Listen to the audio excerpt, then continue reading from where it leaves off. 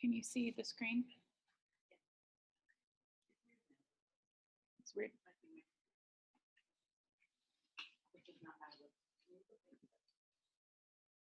So have we got our answers? Yeah. You got your answers. How to calculate the number of treatments. Yeah, that's actually. You got the risk difference? Yeah.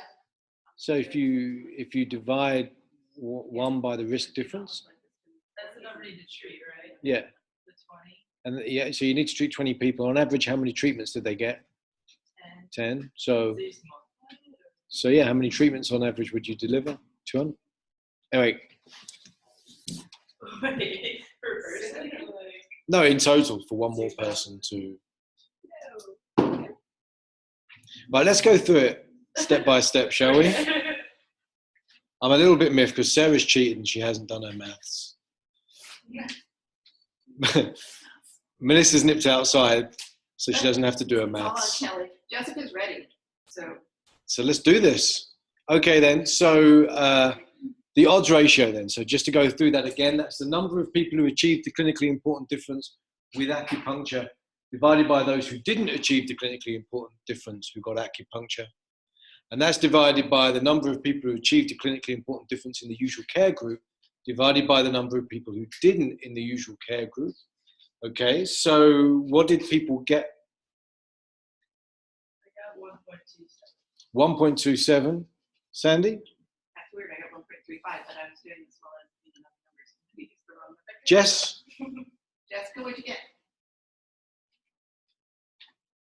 No. 1.27. Let's have a look. So we've got 49 divided by 94 over 41 divided by 101. It was 1.27. Awesome. So the odds of achieving a clinically important difference were increased by 27%. Great. Okay, the risk then, which is the proportion of people in the intervention group who achieved a minimal clinically important difference, divided by the proportion of people in the usual care group who achieved that event. Whoa, whoa, what did you get? What did you get?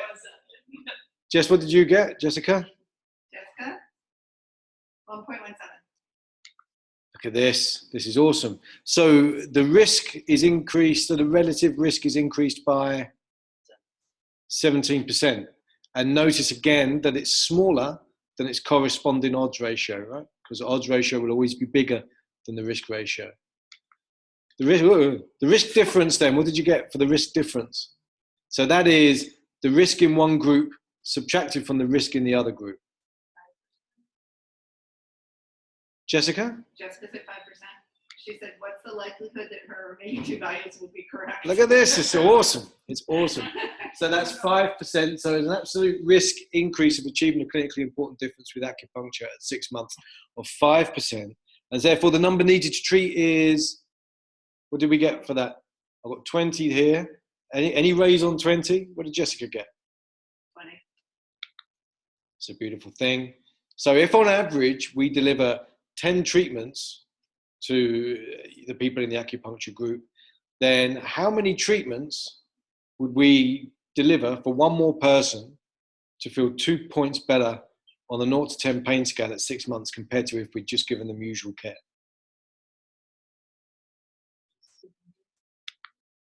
Yeah? If there's 10 treatments on average, then it's an estimate around 200 treatments. This is for an unblinded comparison, remember. Now, the point of that, of getting you to do that, is so that you practice what underpins those basic effect sizes. Now, in studies, often the statistical approach to deriving those effect sizes will be more complex, might be adjusted for other confounders and things like that. But what that effect size is trying to communicate is exactly what we've talked about in that lecture. So now you'll understand what you're looking at with an odds ratio as much as anyone ever does, a risk ratio, and you'll know that if you see a risk ratio, it's worth asking 40% of what? What's the baseline risk, the risk difference, and the number needed to treat. Fantastic. Okay. I know you said that cost of care is a hard thing to calculate out, but that would be one of the things that you could look at is to say 200 treatments is great for business, but that might be not fantastic looking for allocation of funds. So yeah, so the usually when they're doing cost analyses, they'll do a cost effectiveness analysis. So that's the cost divided by some measure of the effective. Usually that's a mean difference between groups. So you get per unit, it costs this much. And yes, so those 200 treatments cost X.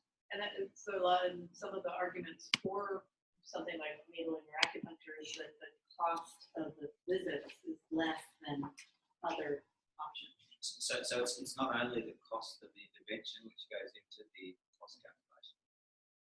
So yes, that does go in. So if you get X number and they're costed at as much, and I'll give acupuncturist cost. Easy now, we'll call it 100 a visit. 100 a visit. But then obviously there's a cost to whatever the comparison is. So maybe that's GP or maybe it's physio or whatever else. So there's the cost. So then the intervention costs. Then you have other healthcare costs. So people in both groups might go and get some other sort of care as well. And so that usually goes into the cost as well. So that's usually what they call the direct cost of treatment. And you have indirect costs, and they're usually around work. So if people are off work, or if they need insurance to pay for them not to be at work or they're only not as productive, that's given a value as well. That usually goes on the cost side of the equation too. So you add up all those costs. So they're called indirect costs. So you add up the direct costs and the indirect costs in both those groups. And so then you have that difference. Cool. Thank you. All right, should we crack on? So all the dry statistics out of the way, we can get on to the basics of critical appraisal. So, we got this piece of research in front of us. How do we decide whether it should help us make decisions? How do we decide whether it's worth doing or not? Oh, I've got that funny noise, Sarah. I know how to cure it. That's awesome. Okay, give it a go. We're on. So, when you're deciding on what kind of paper should help to inform practice, most of you will be familiar that you can organize evidence into hierarchies depending on how rigorous or robust it is. And when we're talking about evidence that treatment is effective, evidence of treatment effectiveness, then everyone's kind of heard that the RCT is the gold standard methodology for determining that. So down at the bottom, we have our case studies, which are often unrepresentative by design. We have our clinical anecdotes. We have the basic mechanistic lab studies that gives us our biological plausibility. We can go up through observational study designs, but observational study designs are always at high risk of confounding the randomized designs, and therefore it's much harder to infer cause between our intervention and the outcome. Then we have RCTs, which is what the lecture after this is going to be about, which are our gold standard for being able to infer whether a treatment has an effect, actually changes outcomes specifically. And at the top of that, we've got systematic reviews of RCTs, because one RCT is interesting, but what we really want to know is if one RCT is one of our best attempts to estimate the truth, well, let's get all of our attempts to estimate that truth together and try and come up with a grand idea of what the answer might be. But the hierarchy is flexible. It's not that an RCT, by virtue of the fact that we can call it an RCT, is necessarily good evidence. Okay, and also not all questions can be answered by an RCT, and we're going to pick up on that a bit tomorrow when we look at observational designs. But today we're really focusing on RCTs. Sometimes you can't do an RCT because it's not possible. Sometimes you can't do an RCT because it's not ethical. I mean, taking smoking as an example, it would be, we want to know if smoking causes cancer. And of course, there's very little doubt that smoking causes cancer now. But no one ever did an RCT where we randomly allocated people to 60 a day versus not smoking, because you can't randomize people to something that you think is going to cause them harm unless there's a bigger benefit that we might predict that they would get. So sometimes an RCT isn't ethical. And even when we use the best possible design for our question, we've got to be mindful that it's still only going to answer that question if it's delivered in a good, rigorous, high-quality way. That's really where our critical appraisal comes in. Because the hierarchy only holds where studies are well performed, studies are fairly interpreted, and studies are generalizable. And that all just picks up on the things that Steve was telling us this morning. So, you know, an RCT is a gold standard, but an RCT that's performed badly, reported incompletely, that doesn't control for things that it could have controlled for, or that doesn't use good quality methodology, that's fool's gold. And many times on PubMed or on Twitter, you'll see people having an argument about whether an intervention works, and they're essentially just throwing PubMed links to papers that they probably haven't read at each other with conflicting findings. And because it's an RCT, they'll be saying, I've got level 1 evidence. But, you know, was it good? Is it a good RCT? And that's a key question. The other thing is we need to be very, very careful to recognize that an individual study is just an individual study. And generally speaking, because of the variable quality and because of just chance in the research literature, you're probably always going to be able to find a study that gives you the answer you want. And doing that is cherry picking. If you're doing it at the expense of ignoring all the studies, whether they were better or worse than yours, that gave you a different answer. So cherry picking isn't evidence-based practice either. I think what happens an awful lot of the time on Twitter arguments is literally people PubMed very, very quickly. Evidence, core stability works. Find a link and then throw it in. And that's not evidence-based practice. That's just firing links at people. It's not the same thing. So we can get a sense of, well, how good or bad is study quality? How concerned or happy should we be about it? And we have this fantastic resource in the physio world of PEDRO, and I guess everyone's familiar with PEDRO, the Physio Evidence Database. So it's a repository of pretty much every RCT, now systematic reviews as well, done on interventions that might really fall under that umbrella, physiotherapy. Huh?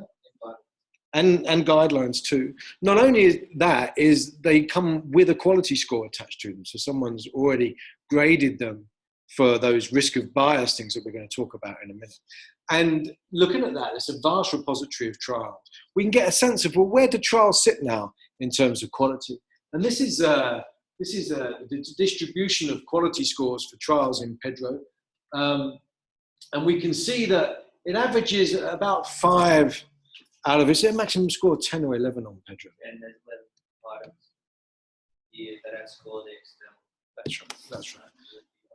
So that's an average score of 5 out of 10. And what that means is that most trials are doing a number of things well, but there are some uncontrolled biases in those trials generally that will affect our confidence. And we can look to see where they are. So we're pretty good at being very clear what our eligibility criteria are.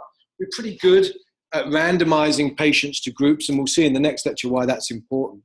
We're not so good at making sure that we conceal that allocation process, and we'll talk later about why concealed allocation is important. We're pretty good at reporting that the groups are similar at baseline. We're obviously very bad at blinding. Why are we bad at blinding physiotherapy interventions in terms of therapists and patients? Because you can't do it. I mean, unless you can do it for something like ultrasound, you can rig up an ultrasound machine so that it looks like it's working, but it's not delivering any ultrasound. But if we're talking about core stability or CBT or pain education or whatever, then really, you know, it's just not possible for us to blind people to that, the therapists or the subjects. Assessor blinding, though, is much more possible generally. But you can see from the chart here that actually less than 50% of RCTs in PEDRO clearly report that they blinded assessors. In terms of dropouts, I mean... Sorry, no, just to pick that up though. So when rating blinding of assessors, patient is not blind. Sorry. So when rating blinding of assessors, if the patient is not blind, which is most of the time, then and the primary outcome is self-reported, then the assessor is rated as not blind. Right. Does that make sense?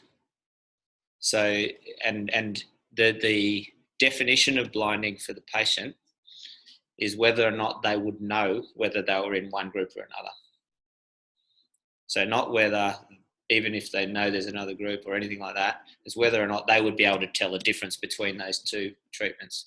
And so then again, it follows on that fairly low levels of assessor blinding, because most of the time the important outcomes, pain or disability or self-rated sort of stuff. Within that, though, the pain group, we still consider assessor blinding with self-reported outcomes, in that if the assessor isn't blinded and they're going through the process of delivering the self-reported outcomes with the person, then they have that capacity to influence their responses through their communication. So there is a layer in which the person delivering the assessment, even when the outcomes are self-reported, can bias that process by influencing the people. So there is that layer there too. And this is just a definition that Pedro uses, and Pedro are not the only ones that use that definition, but that is a definition of blinding. It's not the definition of blinding. And so, yeah, as Neil says, other rating tools might say, as long as the assessor didn't know, doesn't matter. That's blind. But that's just a different way of rating blinding. You can see really low levels of intention to treat analysis. Again, we're going to discuss what that means a bit later, but this is the issue of how do they stay in the trial? Do they adhere to the protocol? Do they withdraw from the trial? And what we do with those data. An intention to treat approach is the preferred approach for reducing bias. And we'll talk about what that is in the next lecture. But in physio trials, we're not very consistent with that. But we're pretty consistent with the appropriate statistical comparisons and consistent at making sure we clearly present data with measures of precision. So good and bad in there. And there's been some improvement over the years for when the trials were published, but it's not a fantastic speedy increase. It's quite slow and incremental. How do we assess quality? Well, we can use that Pedro scale, which you've just seen, or you can use any number of scales. So the Cochrane collaboration used the Cochrane risk of bias tool. And if you put the Cochrane risk of bias tool next to the Pedro scale, you realize that they're very, very similar on most of the items. We know generally what makes a good trial, what separates a rigorous trial from one that's more at risk of bias, and most tools agree. Just find a tool that you can use and stick with that. In these workshops, we're using something a bit different, which is a CASP tool, which picks up on those same things. But the reason I've chosen them is because I think they're more usable for clinicians, and they go an extra step. They don't just ask whether the trial is at risk of bias. They get you to more engage with what the results of the study are and what implications they might have to your local clinical environment. The Pedro score is a score from 0 to 10. So you might say, well, and you'll often see people say, well, if it's over 5 out of 10, that's a high quality trial. And if it's less than 5 out of 10, that's a low quality trial. And there are problems with scoring in that way, because if someone doesn't randomize a trial, it introduces a bias. But we have no meaningful way to quantify how much bias, it introduces a risk of bias. We have no means of quantifying how much bias it has introduced. So by using scores, that can be a bit misleading. And there have been some validation studies that show that in general, low scoring studies will exaggerate effect size more than high scoring studies. But beware of thinking that that score really means something in terms of a quantifiable amount of bias. You can have a study that didn't randomize properly, did everything else right, and that could explain all the effect size that you're seeing there, but it would have only dropped the randomization score. So scoring is problematic. Cochrane don't do it. Cochrane assess on each criteria. It's a high, low, or unclear risk of bias on each criteria, but we're not going to try and add quantity to that. So this is the Cochrane risk of bias tool for RCTs. We ask, did they randomize the allocation of people to groups? And this will make much more sense when we've done the RCT lecture. Did they conceal allocation, which means that did the person who generated that randomization schedule, were they separate from bringing people into the trial? Because if you're bringing people through the trial and you're doing the randomization schedule, it's very easy to cheat or to corrupt that schedule and to get the people you want into certain groups. So it's an extra layer of protection for your randomization. We'll talk about it more in the RCT lecture. Were participants and personnel blinded? Were assessors blinded? Was incomplete outcome data addressed? That's What did you do with the outcome you missed, and what happened to patients who didn't complete what they were randomized to? And have they reported fairly and transparently their results? Or have they selectively reported just the results that they would like you to see? Okay, and this is something that happens quite a bit. But there's a tendency sometimes to think, well, we're judging these studies on these tools. Are we really measuring the quality of the study? Or are we just measuring how well they've written it up? And maybe some of these studies that don't score so well on these tools are actually great, but they just haven't reported it awfully clearly. So are we being grumpy little Jobsworths by sort of penalizing studies for not meeting this set of criteria that we've generated? Or does it actually tell us something meaningful about how the design of the study may have impacted the results? And we've got vast amounts of data from meta-epidemiological reviews, which review huge numbers of systematic reviews of huge numbers of trials and look at the impact of clear reporting or not clear reporting of these criteria on effect sizes. And you can see that unclear or inadequate randomization compared to, so studies that didn't clearly report randomization or didn't report truly random methods tend to produce different effect sizes from studies that did, and they're bigger effect sizes. So a study that didn't randomize properly is more likely to give you a bit of a take-home fantastic result. Okay? You see the same thing with allocation concealment, and it's particularly visible in studies with subjective outcomes. You see the same thing with lack of blinding, okay? And there are lots of different reviews that have looked at this question. They've pretty much found the same thing. So our estimates are that not randomizing will exaggerate an effect size by around 25%, although you'll notice the confidence intervals cross the line of no effect there. Not clearly reporting allocation concealment is associated with an exaggeration of effect size of about 31%. This is on subjective outcomes. Not blinding participants and personnel, about 25%. So these are real impacts that these criteria have on the results of the study. That's why we measure it. That's why they're important. Studies have found that comparing a trial publication to the published protocol, 40 to 62% of studies had at least one primary outcome that was changed, introduced, or omitted. So this is selective outcome reporting again. This is not reporting what you plan to. And it may be naive and it may be error, but it may be driven by a desire to give you a specific answer or a specific picture of those results, which may not be truly representative of those results. Nearly a fifth of statistically significant meta-analyses are affected by outcome reporting bias, and a quarter would have overestimated the treatment effect of 20% or more, another review found. And excluding patients from the analysis in RCTs, so we're going to talk about that later, but not dealing appropriately with people who leave the study or withdraw from the treatment or don't adhere to the protocol of the study, results in biased estimates of treatment effect, but that can work in both directions. We can't predict the direction of effect so much in terms of that. And if that's confusing anyone, we're going to pick up on what the appropriate ways of dealing with attrition and protocol violation are in the next lecture. But beyond those risks of biases, there's other biases to be aware of. There's a growing awareness now that spin is a reasonably big problem in the research field. And when you go looking for spin, you find it. And what we mean by spin is presenting the results of an essentially negative study as more positive than they are. So it might be, say, that your primary comparison, you didn't demonstrate a statistically significant difference. So what you do is you find another reason why those results were actually positive, okay? Most trials, we're looking to see if a treatment works. Everyone's invested in the same answer. Everyone wants treatments to work. It's very rare that people are actually going into there to disprove a treatment, okay? So spin is essentially bad practice. It's promoting your results as better and more positive than they are.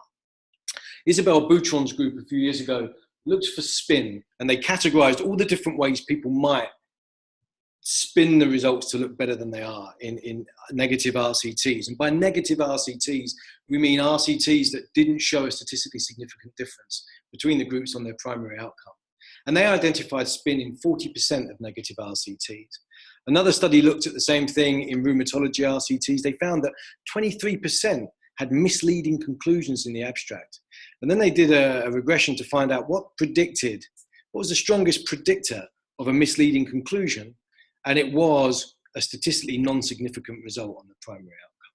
So not showing an effect on your primary analysis is most likely to lead researchers to indulging in spin. And recently, Jennifer Gawantner's group had a look at analgesic trials, and they think they identified spin in 61% of analgesic trials. So this is a big problem, particularly for people who just read the conclusion of the abstract of a study. See an RCT, read the abstract, but you might be missing something. Because, you know, in the end, research is a human exercise, and humans are pretty flawed in terms of sticking to a line. And when all the biases work in one direction, which is we want to show this treatment works, that corrupts behavior, and that can change what gets reported. Outside of pharmacology trials, we're really not very good at reporting harms. In the therapy trials, I think culturally there's been this idea really that what we're doing is safe, and you know, we're not going to cause any harm. But that's not really acceptable. If you're prepared to believe that your treatments are going to have an impact and can have benefit, then you need to consider that there might be risks there as well. Less than 59% of non-pharma trials reported how they assessed adverse events. It's a real mixed bag of how they reported it. And only a quarter reported all specific adverse events. And you find this when you're doing Cochrane reviews, that you always have adverse events in as an outcome in a Cochrane review of an intervention. And you rarely find clear reporting of everything. You might find a sentence, you might find nothing. But it's a challenge really for the industry at the moment, is how we do better at that. There is no excuse for not having a clear idea of how you're going to measure potential harms and then reporting. Size of RCTs is really important. So you guys saw earlier that actually size is a problem of underpower. So we might have a difference between groups, but because you didn't have a big enough sample size, we might not be able to detect it. So then we would conclude then that when we pick up small studies, we're more likely to find false negatives, right? Because they didn't have the power to detect an effect. But paradoxically, small published studies tend to report bigger effect sizes than larger studies and have a tendency to be more positive. So why would that be? So statistically speaking, you've got a small study, even if there's an effect, you've got a high risk of not finding it. And yet in reality, small published studies are more likely to give you a really positive message of a big effect that's statistically significant. Why? How could that be? Exactly that. Is that a study that doesn't show a benefit is much less likely to make it to publication. Why is that? It's actually really kind of mixed, complicated picture, I think. But why do you think these studies don't find their way into the public domain? They might not finish getting submitted, or they might not get selected for publication. Right, yeah, good. So there's this issue they're called the file drawer problem, which is you didn't find what you wanted, so you'll file that one in the drawer. And it's much easier to ignore and hide a small trial that maybe was never even registered on the trials register and the protocol was never published. No one knows about it, so it's easy to squirrel it away. And if you're not excited about your findings and they don't serve your agenda, then you might hide it that way. But let's say that's not the case. Let's say you're a really conscientious researcher and you got your negative results and you're disappointed, but you've swallowed that and you're going to get it out there and you're going to publish it. What other factors might stop it getting published? Yeah. So you've made the right decision. You want to publish your results. It's not getting accepted. Exactly. So it's going to get a harder time on peer review. If you've got a small negative study, the peer reviewer can say, well, it's underpowered, it's probably not important, don't publish it. You've got this idea that the peer reviewer might also be harder on it because people don't gravitate to negative findings generally. There's a cultural thing that we're all more interested in positive findings. And then you've got this issue that editors might not want to publish them because they're not exciting. They're not headline stories. They're not going to get a buzz around them. So there's lots of reasons that are kind of conspiring to hide negative trials. But that means that if we only go to published studies to try and get the idea of whether these treatments work, then we're going to get a skewed view of the truth because we're going to miss all these hidden negative studies in there. If you want to have a look at how size can affect estimates of effect, this is a review by a colleague of mine, Dries Hettinger, and it's a review of studies of exercise for persistent low back pain. And this is the line of no effect here between groups. So it's exercise versus no treatment or usual care. And 0 means no effect. And look at these small trials, so low numbers of subjects in each group. What do you notice about the distribution of the effect sizes from these studies? They're really spread out, aren't they? They're all over the place, yeah? And then look at the big studies. What do you notice? They're really close together, right? They're really precise. They're generally all estimating the same effects. But these don't spread out evenly either side of the line of no effect, right? They spread out more to the side of showing a benefit of exercise, much more there. So if we were to rely on small studies in this instance, we could well get an exaggerated and unrepresentative estimate of effect. That's essentially what we call a funnel plot, but laying on its side. This is a funnel plot, and that's something that we often do in meta-analyses, where we get effect estimates from all the trials that asked a specific question. And what you should see if there's no publication bias, if you look at the blue dashed line there, that is the pooled effect. I've pulled all these studies together to say, on average, how much do these studies show an effect? And what we should see if there's no publication bias is that the big studies, which are more precise, stay very close to the line. And the small studies, which are less precise, will spread out either side of the line, but they should spread out evenly either side of the line, because if there's no publication bias, then you should end up with small positive and small negative studies all being represented on your graph. This is transcranial direct current stimulation, which is a brain stimulation technique for chronic pain. And this is statistically significant evidence of a small study bias, that our larger studies are showing essentially tiny to no effect. And the smaller the study, the more likely it is to show a big effect. But there's a big missing cluster here of arguably, which represents negative studies that never made it to publication. This is a suggestion that potentially one explanation of this is publication bias. But what it does show you is in this data set, small studies are likely to overestimate the effect of transcranial direct current stimulation for pain. So that's publication bias. What other sources of bias can you think of in the literature that you might want to be aware of? I like the subtle. Yeah, so funding source and the sponsor of a study is an important potential source of bias as well. I mean, we know that industry-sponsored meta-analyses tend to have more favourable conclusions than Cochrane reviews of the same drug, which is interesting because they should all be reviewing essentially the same data. So something's happening in that process that means that the industry-sponsored reviews are coming up with a more generous estimate of the benefits of the drug. Industry-sponsored trials are more likely to produce statistically significant results and larger odds ratios in the nicotine patch world. But, you know, we think about that, and I think we're quite hard on the pharmaceutical industry for bad practice and publication bias and the suppression of certain results. And goodness knows there's a reason to be hard on that industry. There's a long history of bad practice there. But perhaps sometimes we don't shine the light back on ourselves in terms of, it's not just about money in terms of profit. It's about the agenda of the industry. So within physio, we need to recognize what are the industrial biases in physio research.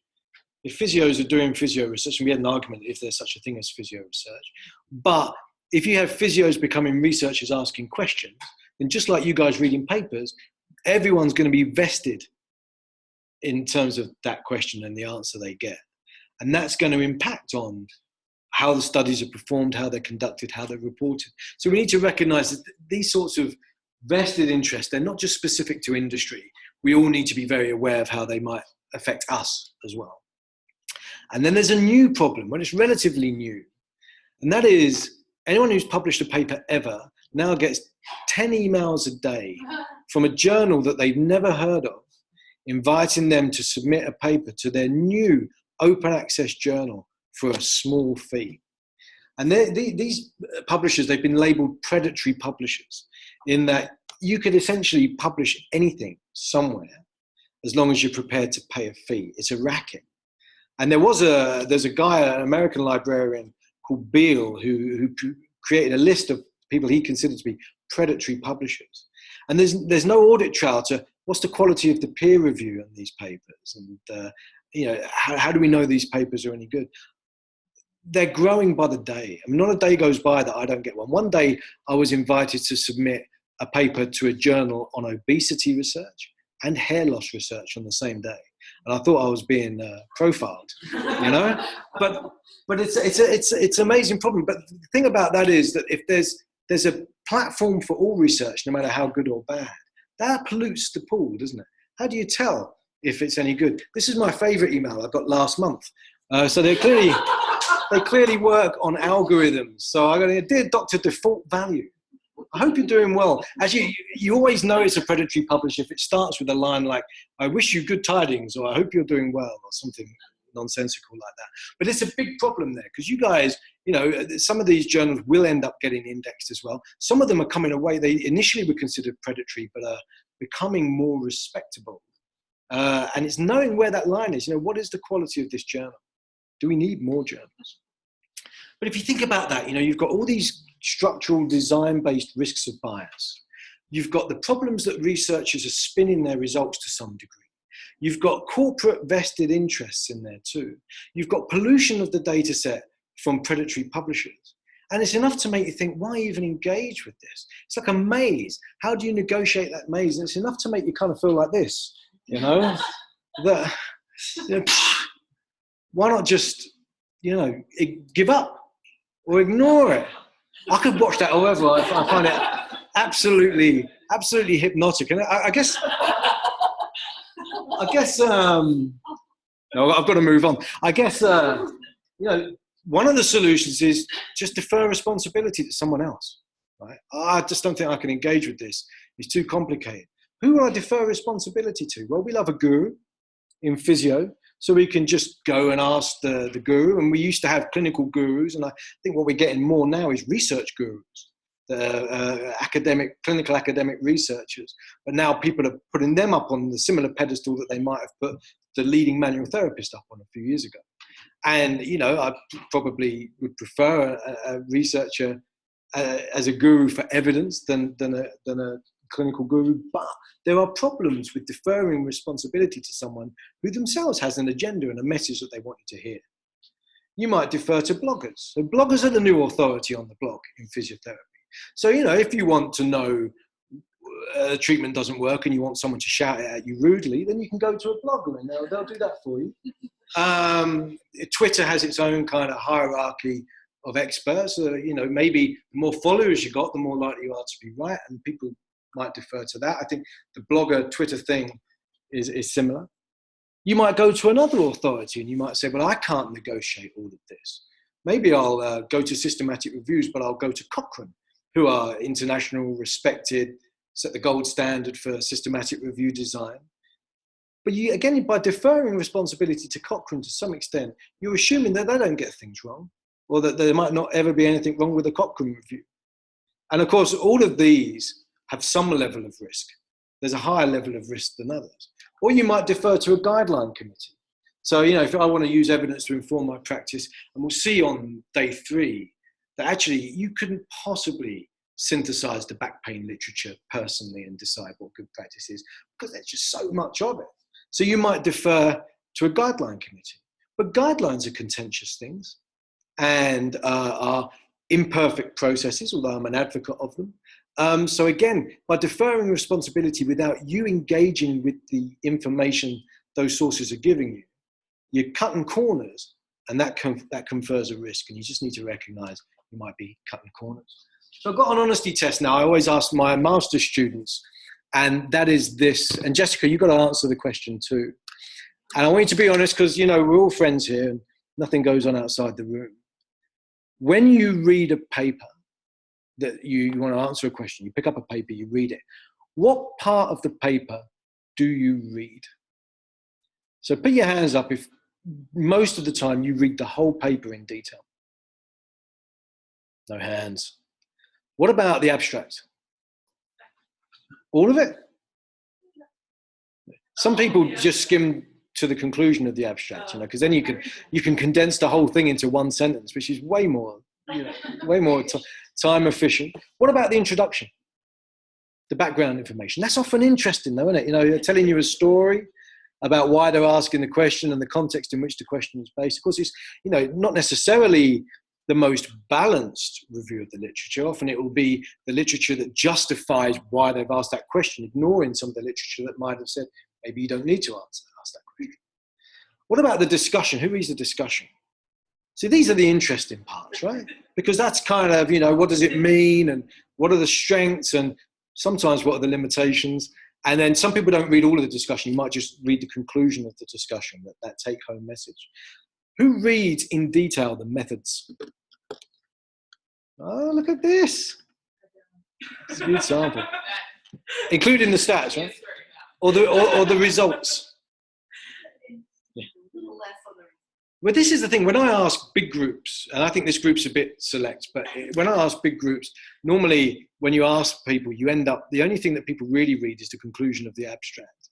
Some people will read the intro, some people will read the discussion. And the lowest number of sections, the sections that most people admit to not reading are the methods and the results. But actually, in many ways, they're the two sections of the paper where the truth is, you know, or the closest thing you can get to the truth is. So that's the detail that you need. Sandy. From Jessica, most of the time I read most of the paper in detail and skim or skip the statistics, and she loves the introduction. Typically skim or read the abstract in order to determine if I want to read the paper. And then she says we are rather select in our answers from here. But also had a question. She said she missed a piece of the conversation about touching on industry-sponsored study.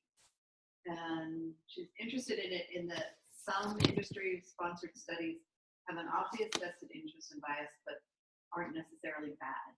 And they still maybe committed to good science and want to get to the truth of their interventions. Right? Yeah. So when we talk about vested interest, I don't think we're talking about people being bad. I think it's about people being people.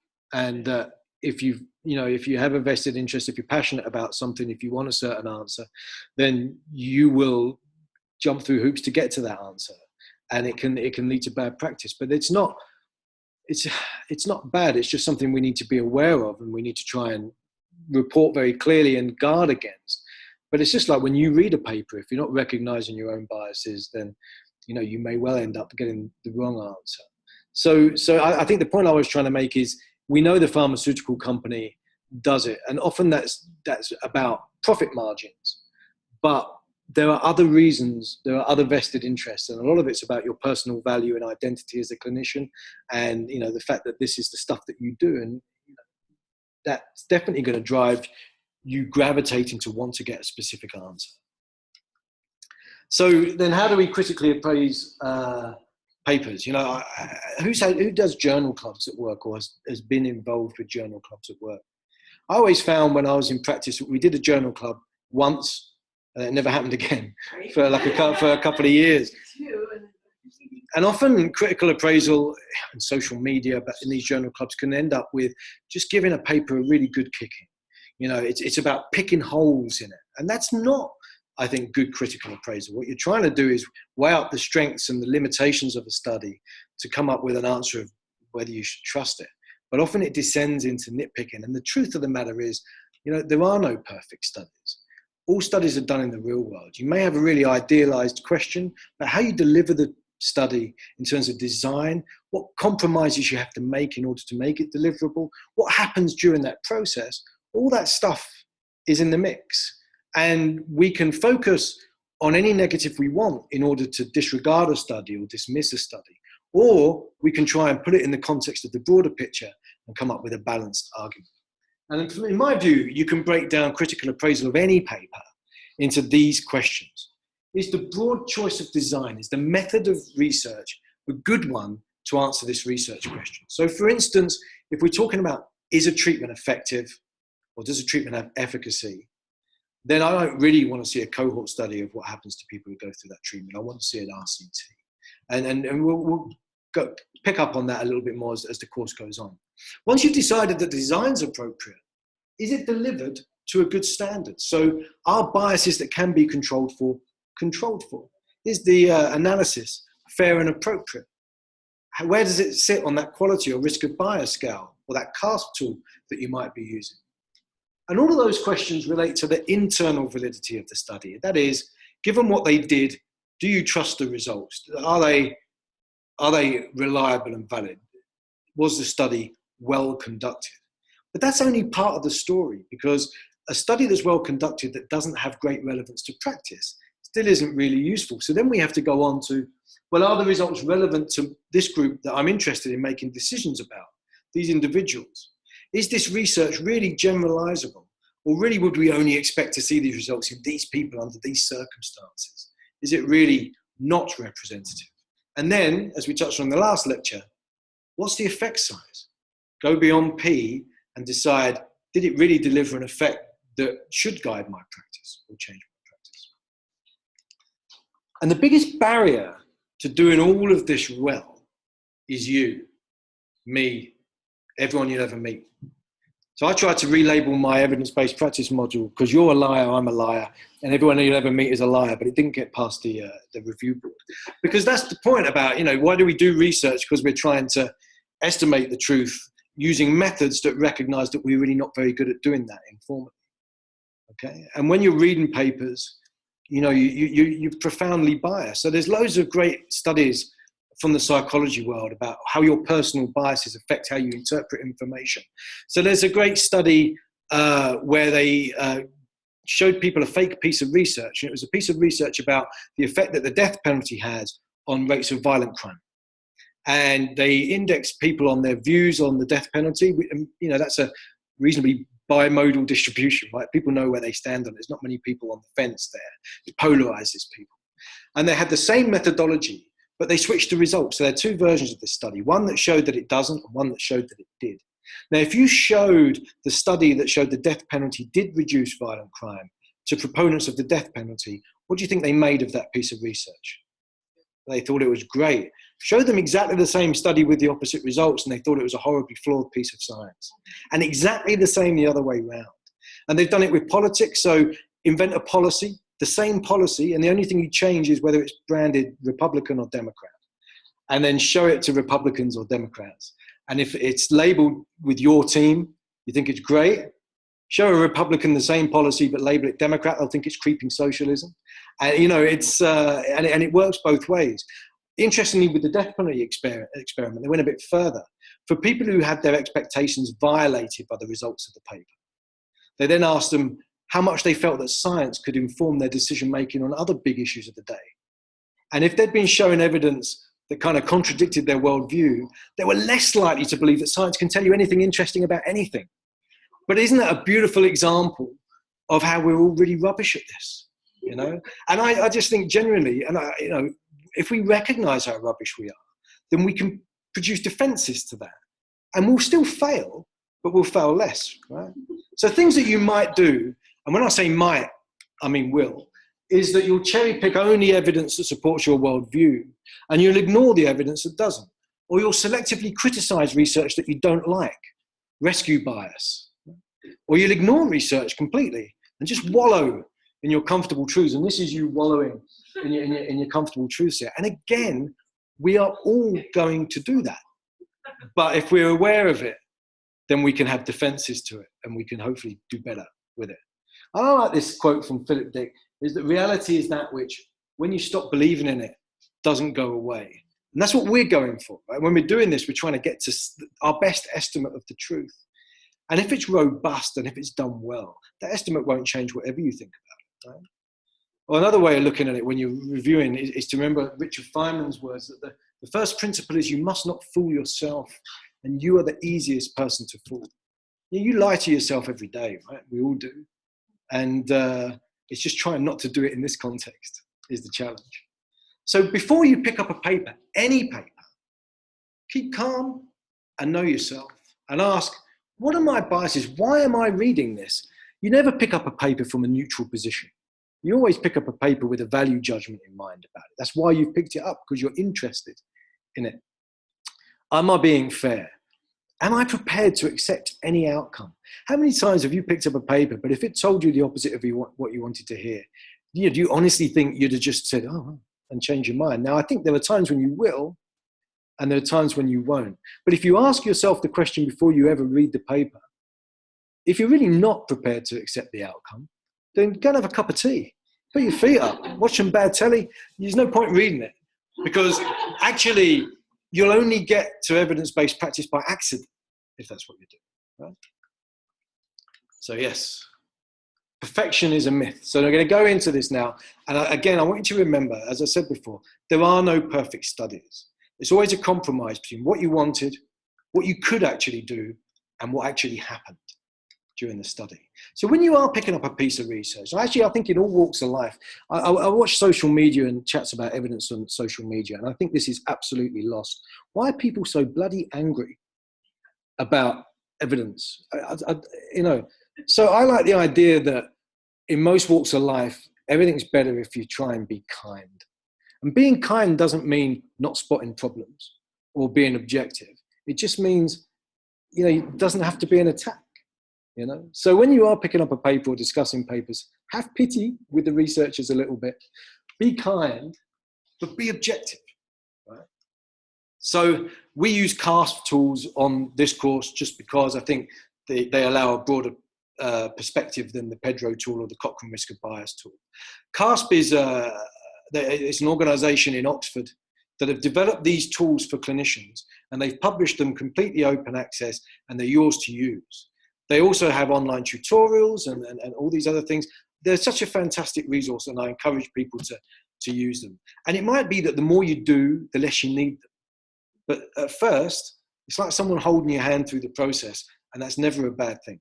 Right? I have So- some feedback for you from Jessica before you go any further. She appreciates the comment on that slide. Yeah. And she said she still felt that way after the addition of the objective. As objective as you can be. I'm one of these people, I know the big argument at the moment is about tone, isn't it? Is tone important? I know people say, well, you can use tone as an excuse not to engage in a message. And I get that. But then the other side of that is if you really are interested in having a discussion that brings people with you, knowing that some people aren't ready to be brought with you, then you're not going to change anyone's mind by shouting at them. And I just think it's nonsense. But anyway, there we go. So the question, is the question clear and well justified? Now, we've got some experience about how hard that is, right? But when we're talking about trials, for instance, can you break it clearly down into that PICO structure? Do you know what they're doing and why? And do you think that's reasonable? And then is the choice of design broadly appropriate for that question? Once you've got past that, of course, if the answer to both those things is no, as Steve said this morning, put it in the bin. Then we have the study design. Why do you think they chose that design? Is it the best? I've already covered that, so this is repetition. Is that the best design to answer the question? And just have a think about what are the broad strengths and weaknesses of that design? What does that design give you? What are the limitations of that design? Now, we're coming on to that. We're going to talk about observational studies and what they can and can't tell you, and RCTs and systematic reviews. But it's worth just having that in your mind. This is what they've done. What are the broad strengths and weaknesses of that as a design? Not how it was executed, but just generally that as a design. Then sampling and recruitment, how did they do it? How did they go about getting people into their study? Was it reasonable? It might be a very pragmatic decision. So in most trials, we're not going to randomly sample from the population. You can't do it. You have to find some places where those patients are coming through, and you need to find ways that you can access them and invite them to take part. And that's convenient sampling. So the question then is, well, what kind of sample would you get from the place they approached people and how they approached them? And what implications does that have for generalizability? What were the inclusion and exclusion criteria?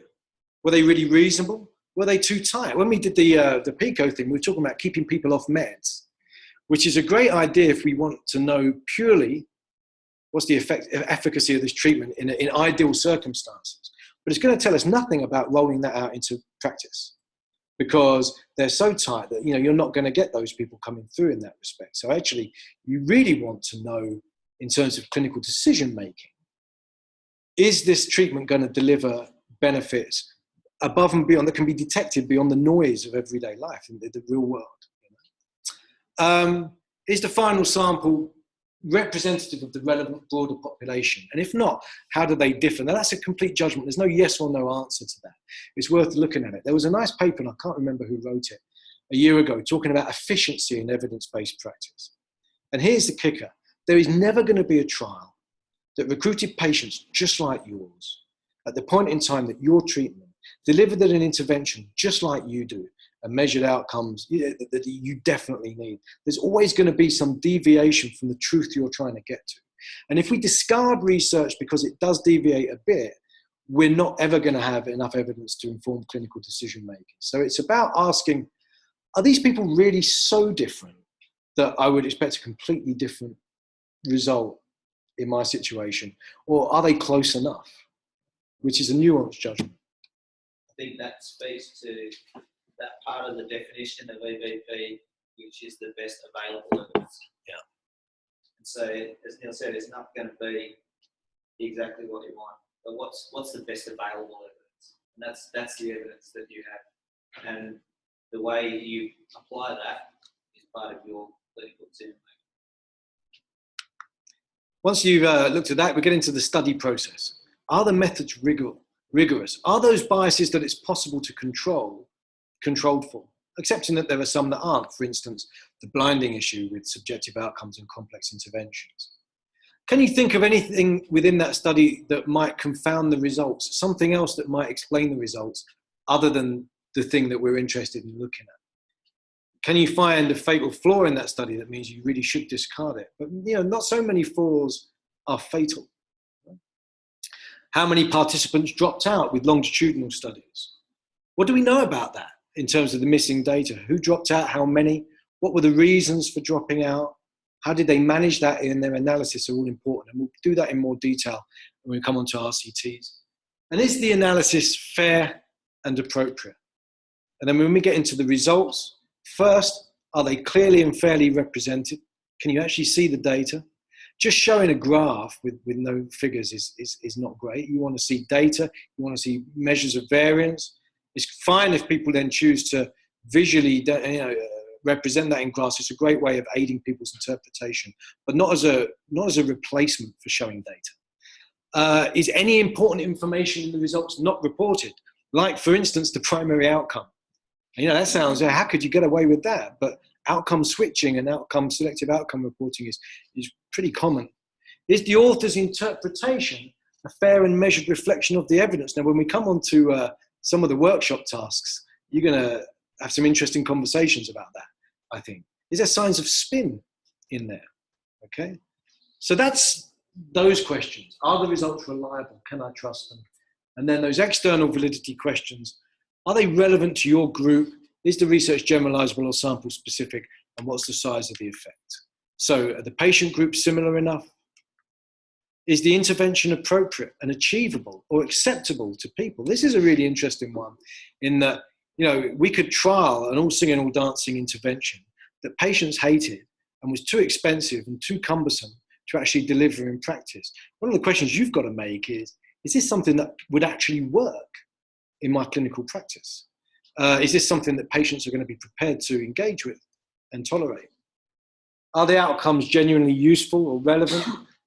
And do you even have enough information? And of course, again, how big is the effect? And the CASP tool breaks it down. It makes you first ask, are the results valid? Then it makes you ask, what are the results? And then it makes you ask, given that, will they help locally? And that's what we're going to do when we get onto the workshops. So often, I think when you read papers, particularly abstracts, they actually read a bit like these kind of memes that you see on Facebook that are supposed to make you feel better. They generally raise my blood pressure, some sort of weird, oddly meaningless statement, maybe with a unicorn on it or something else. So, they're trying to dig out a positive even from the most negative of studies. But actually, if you think about a scientific process, Karl Popper has a fantastic line about what we're doing when we're testing our hypotheses in science. We propose a bold hypothesis. We expose it to the severest criticism in order to detect where we have erred. The trial of fire, the point is we're trying to disprove it. And when we can't, well, maybe it stands. But I think sometimes when you read papers, it can appear that the culture is the opposite, that people are actually trying to prove something. But that can be the path to error. So just to conclude on that, You know, you need quite a broad range of skills to do this, but it's actually not as hard as it sounds. It's a challenge of measured judgment. And that's hard because measured judgment's always hard. And it takes practice. So if you do it once and then you stop doing it and revert back, then it doesn't get any better. But actually, the more papers you read and get into the meat of, the more familiar you become with the language, the quicker you are at spotting things that don't quite seem right, or strengths. And, you know, we can start practicing as soon as we've done the RCT lecture. And then in terms of recommended reading, if I was to point out any of these, Trish Greenhill's book, How to Read a Paper, is a fantastic user's guide to clinical research. And Rob Herbert's book, Practical Evidence-Based Physiotherapy, I reckon is probably the best book out there on understanding research designs in rehabilitation. So they're good ones to get hold of if you can. Your blog post is good. You are? Your blog post, The shiny glitter, yeah. That's right. So we need to bring up the next one, do we? People want to have a 2-minute break. Shift your bums. Do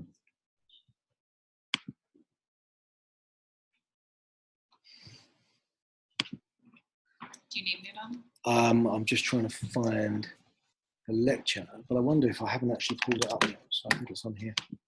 It's not one of the ones you put on the desktop? No. Okay. I suppose we can probably pause this recording. Okay, hold on.